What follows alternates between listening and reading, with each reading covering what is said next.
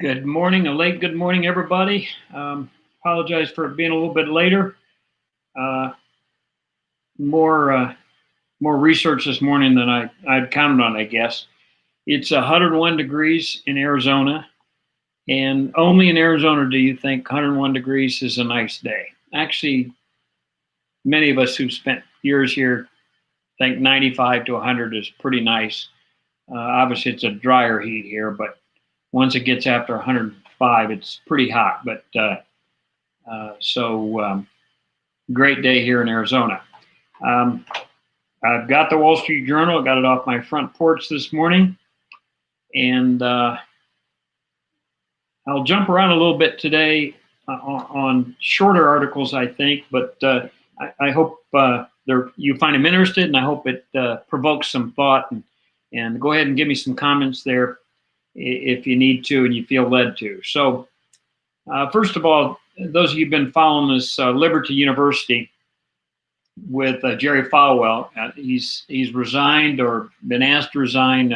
Who knows what the technical term is, and maybe it doesn't matter. But due to an issue with his wife having an extramarital affair, I don't know whether it involved Jerry or not. I guess the information on that is spotty at best right now. But anyways, he's resigning. So Liberty University is a private Christian university. For those that you don't know. So Jerry Falwell Jr. obviously took the job over from his father. Interesting search criteria there. We need a new president. Who should we get? Well, obviously the president's son. What university does that? But Falwell and Liberty University is a little bit different. He's a big character, a big celebrity as such, and we'll talk about that a little bit. So they're paying him 2 years' salary. His salary is $1.25 million per year. Plus, they're giving him an $8 million lump sum payout, which is, I guess, supported by his contract. Not I guess. The reports in the Wall Street Journal says his contract calls for that. So, you look at that salary and say it's a pretty high salary plus a buyout. What's that all about? Liberty is a pretty big business, $1.2 billion annual income per year, 85,000 students. Lots of online students go to Liberty University, huge online business. Probably 3/4 of their students are online. So a couple observations. You look at his annual salary and say, do colleges pay presidents $1.2 million a year? Well, big colleges do. It's interesting. I did a little bit of research on this. The average president's salary is about $278,000 to $389,000 per year. So $250,000 to $400,000 a year is the average range of salaries. Big universities, Texas A&M, I just used an example. Their base salary is $387,000 a year. Their total compensation is $1.3 million. So they make $1 million more a year than their base salary. So the base salary means nothing. And I've been through this with boards that I've sat on before, and that I don't know why we talk in terms of base salary. It's really what we pay you every year. So large universities pay $1.3 million per year. So Jerry Falwell for a large university, and Liberty is being paid in line. I don't know about his contract buyout, the $8 million, where that comes from. That could lead to a lot of questions, and you would ask why they did that, especially since it appears like he left due to morals issue. You would think there would be a morals clause there somewhere that they can invoke if in fact he violated that contract. So, but you got to ask yourself, at a Christian school, is it a ministry or a business? So I think we know the answer, and the board has already told you that this is not a ministry. This is a big business, and we're going to pay the leader of this business big. So an observation says, the board should have decided this a long time ago, and I'm sure they have. And they may be confusing to students that go there, because I think many of them think they are going to a Christian school with a Christian ministry. But in my mind, this has made up their mind for them. Whether it changes their mind about going there or not, another thing, and may be irrelevant. So the other question you'd ask about Jerry Falwell Jr., was he a president or a celebrity? And the question I always have on these people are they running the university? My gut feel is this guy was a celebrity that spoke a lot and represented the university, and that's what he was paid to do. And my bet is there was a board or a chief operating officer that was actually running the university. My observation. Take it for what you want. One student was quoted, "I hope there's more focus on the Christian aspect and less on the political aspect." Certainly the Falwells were known to love the camera and get on lots of TV channels at the appropriate time when the cable channels wanted to see a Christian perspective, and they were quick to jump in front of the camera. Whether that helped the university or not, it looks like in this case, $1 billion a year in annual revenue that helped them a lot. So interesting observations. I do wonder in a college university how you up somebody's salary from $387,000 a year, which anybody would say would be a really good salary in most cities in the U.S.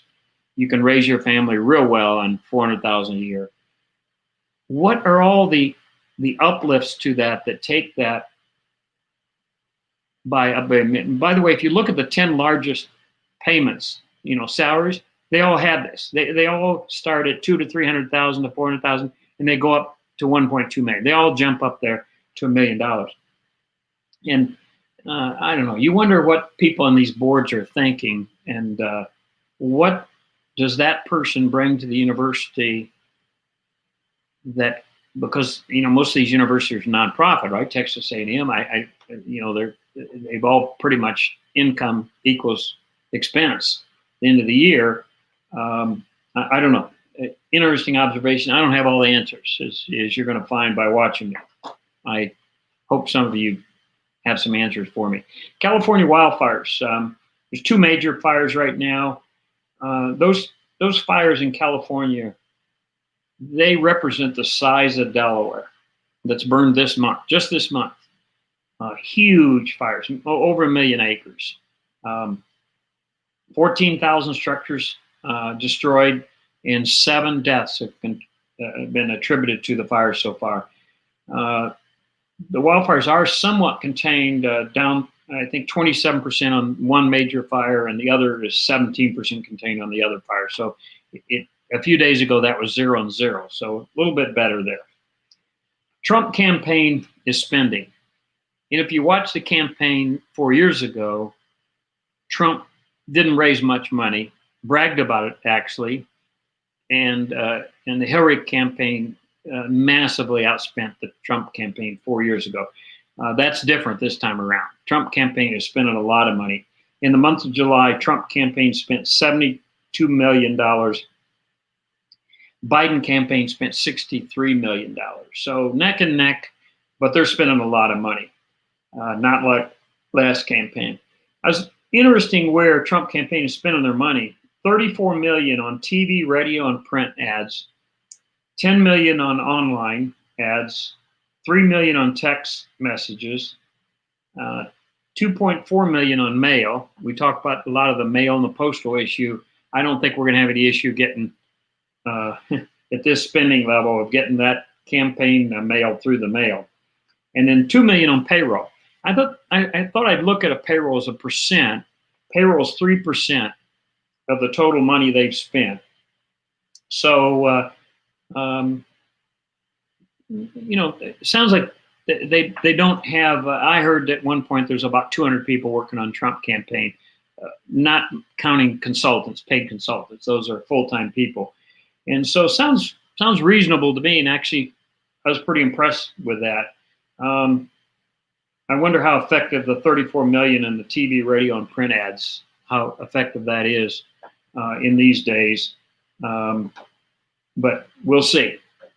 Everybody still believes in it, and I guess we watch those ads and make our decisions based on them. Democratic convention outdraws the Republicans convention's first night. You might hear a lot of different things about measurements about the first two nights, and we'll watch how the polls go up. That'll be a thing that maybe I'll cover in the next few days. It's too early, I think. None of the major polls are out yet, and it would only have 2 nights. Even if they polled today, it would only have 2 nights worth of data. So these numbers are based on cable watching individuals, right? Cable TV. So 17 million viewers viewed the Republican first night, 19.7 viewed the Democrat convention's first night. So we don't have second night numbers. First night, least popular speakers probably, and they get, as the week goes on, they get more and more popular. You think maybe that number goes up. I don't know what the Democrats did second night last week. So the key thing, the observation you see about a lot of these numbers is they're not complete. For instance, does not reflect online viewing. So I stream. My major channels I get through Hulu, so I wouldn't be in those numbers since I stream online. And then, by the way, I went back. I'd heard a lot about the AG from Kentucky, I think, Cameron, I believe. Somebody correct me here. I went back and saw him on YouTube because I'd missed his speech due to some people coming over. And so, and by the way, watched a few other speakers that I went back on. So these numbers don't reflect that. I don't know if Republicans are more, going to watch online more than Democrats do. My intuition would be that more young people watch online. More young people tend to be liberal and Democrat. So if anything, it'd make the Democrat number up higher. So, but I do have an observation that says, shouldn't we have better stats? You would think with online viewing, those are some of the best stats you ought to get and be able to get those immediately. I got to believe Hulu knows exactly what channel everybody's watching every minute of the day. In fact, they ask me my name or my wife's name before I watch something. What they want to make sure who's watching this TV. We have 3 TVs in our house, and so my wife can watch one, and she has to put her name. By the way, Amazon Prime has gone to that now too. Apple, I don't think is still gone to that yet, but Amazon and Hulu has gone to asking, who's watching the TV. So they know my name and what program I watched. So I would think we would have better stats. Interesting enough, we don't. Number 5, COVID cases in rural Illinois is increasing. It does not match the infection patterns we had before that were in major metro cities and in high density locations, like prisons, senior homes, and so on.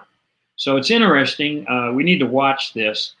Somebody said it was all the parties with young people right before they're leaving to go to college. And I think maybe some college numbers got thrown in there. Obviously, rural Illinois has some very large universities that aren't in the metro areas. So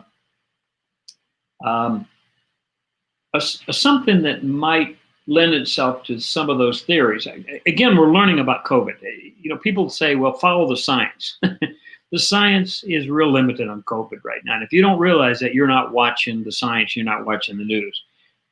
We're still arguing about masks, and I think we're going to be arguing about masks for another year until we get some more controlled tests.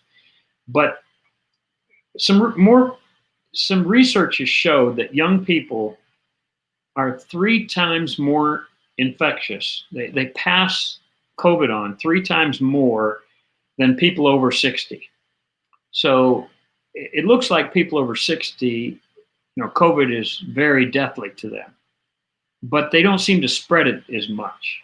So, and they call them super spreaders, and that's what a lot of these young people are. They don't get very sick, but they spread it to lots of people because they seem to um, have some attributes that causes it to spread more so. Uh, Interesting. If you're a business or a church or something that has large groups, maybe a gym. If this science proves out, maybe you could have senior hours, and I think Costco had senior hours for a while in the morning for other reasons. But you could say, look, you're safer away from this group of people, so maybe we'll go back to having a senior service at church, senior hours at the gym. I don't know if you're a business or a large organization that draws large crowds, you certainly want to look at the science and make some decisions based on this. Jason Riley, I like, is an African-American conservative that posts often in the Wall Street Journal. He talks about Trump's pitch to African-Americans last night, and it was very interesting.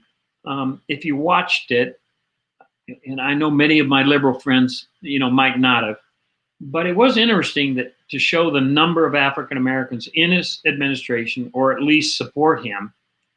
And these were intelligent, well-placed individuals that supported him.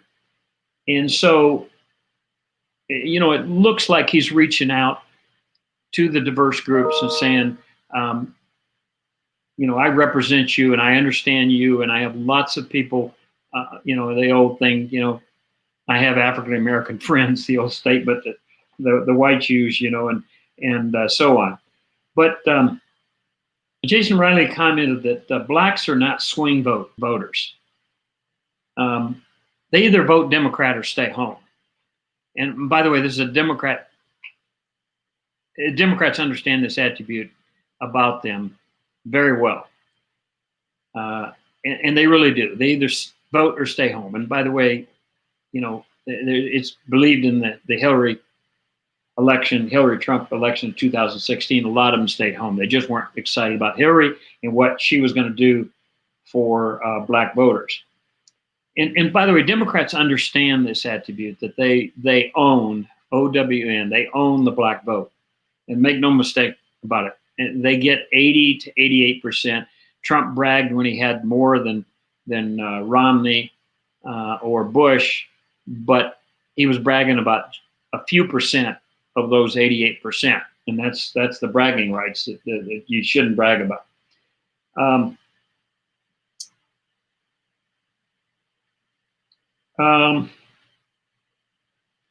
Some people say that Dems take them for granted. Just Jason Riley said this. Some people Democrats take the black vote for granted. Jason Riley says it's worse than that. He said the Democrats must make the blacks angry to get the turnout. They've got to pump up. They either have to get them paranoid or angry, according to Jason Riley. And isn't that a worse situation? Not to take them for granted is one thing, but to pump them up before the election is, and we saw Biden do that with, they're going to put you back in chains. I mean, that's to get you paranoid and get you angry, right? It's nothing. So Jason Riley's observation was that older blacks gave Biden the primary victory. And that's true, by the way. The older blacks support the Democrats. The younger and black immigrants are less wedded to Democrats. So be careful for a shift there happening. And there may be a shift happening with Trump bringing higher employment numbers to blacks, young black Americans. There may be a shift happening that says, look, we want somebody to do something about our failing schools, our crime in our city, and employment opportunities. And it would be really hard if you go back to Biden and say, let's look at the 8 years of the Obama-Biden administration. And by the way, justice issues that Trump has addressed, minor offenses that affected black communities more so. it would be very hard for blacks to say that the Democrats have helped them out in these major issues. Um, so, uh, so Trump last night targeted that message along with others. In my feeling, my observation is that Trump needs to do something about his vision for the next 4 years. And a lot of people have said this. I'm not original in this thought. I steal lots of things that I get. But he's got to convince them that the economy is coming back. I think they may trust him on that because the signs are it's coming back pretty quickly. And he did it before. I mean, why would you question that? But the schools and safety issue is something that, you know, in the federal government, he has less control over, and the locals do. But if he had a vision around improving inner city black schools and safety, that would be an interesting vision, I think, that might strike home. But Trump's not listening to me. Number 7, Best Buy surging, but no supply. So Best Buy is sold out of Chromebooks and freezers. If you want to look at the COVID pandemic and what sells, it's interesting. Chromebooks make sense, right? Kids have got to go back to school. They can't go back to school, so we have to leave them home. We have to have enough laptops to go around. Not all school systems buy kids laptops or iPads, so they've got to buy Chromebooks. And then, of course, a lot of people are working from home, so they need Chromebooks or laptops. And freezers, I guess more people are fixing meals and going to the store less often, freezing things. It got me. That was a new one on me. But you can't buy a freezer. So number 8, moving on along quickly here. I hope you're keeping up, and I'm not causing you to ricochet across walls here. Truck stops are doing great. So if you look at the U.S., there's 3 major truck stop lines: Love's, Pilot, and Travel Center. And you ask, you know, why are truck stops consolidated? There's one reason. Large trucking companies sign contracts to deal with one trucking company to get fuel at a cheaper price. That's it. I have a relative who is a truck driver. Believe me, he has to stop at one fuel station only, and he has to convince his superiors why he had to stop at another truck stop if he did to get gas, because they've got a contract that gives them volume discounts. So that's why we have large consolidated, even the ones that are independent owned. The I-80 one, anybody if you ever passed that, that's the largest truck stop in the world, supposedly. They say that in I-80 in Iowa. And that's privately owned, but they're associated with, I think, Travel Center, if I remember right. The real issue with truck stops is when COVID hit, is all the dining was dropped. And that's a big revenue producer for the truck stops, and that was all stopped due to COVID. Most of that's opened up now. And in fact, an interesting thing happened. Truck stops were deemed essential business. Remember, this is how we picked winners. This is why Walmart did real well and Target did real well, and Kohl's didn't. Remember, some of you have seen my argument about that. Kohl's didn't sell food, so it wasn't essential. But yet you could go to Target and you could go to Walmart and still buy clothes and food, by the way, so you're okay. They were picked the winners. Truck stops had to stay open to keep the trucks and the toilet paper and disinfectant Clorox wipes going to the grocery stores. So they were deemed essential. So lots of small restaurants along the interstate have closed. Many of them may not come back open. And also an increase in driving. And what's happened is the issue with travel by air and the danger of that is lots of people taken to saying travel by car is safer because I can control my stops and keep away from other people. And in fact, someone recently borrowed my motorhome for that very purpose, is to travel and keep their family away from everything. They could eat in the motorhome. All they had to do is stop at the gas pump, get gas, a lot of gas in a motorhome and keep on going. So that's helped truck stops do a great business right now. So they've done real great. So I'll throw in a tip for the day, a life tip. It's interesting how many monthly charges we have, many of them very small charges, monthly or annual charges, that's caused by the new lifestyle we have with internet access and buying services, subscription services from lots of different places. My tip for the day is create a spreadsheet with all your expenses. One way to find them is go through your password listing. I know none of you have written down your passwords because you're never supposed to do that.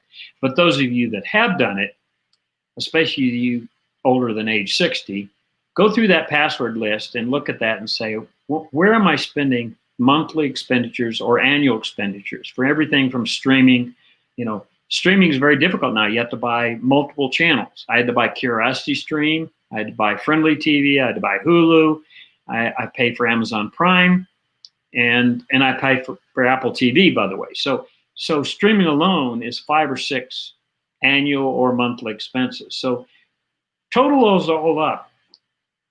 I'm not done with my list yet, but I'm up to $3,000 per year in those kind of charges. They really do add up. Now, in fairness, streaming is probably $700 or $800 of that. Wall Street Journal that I share with you is about $500 of that.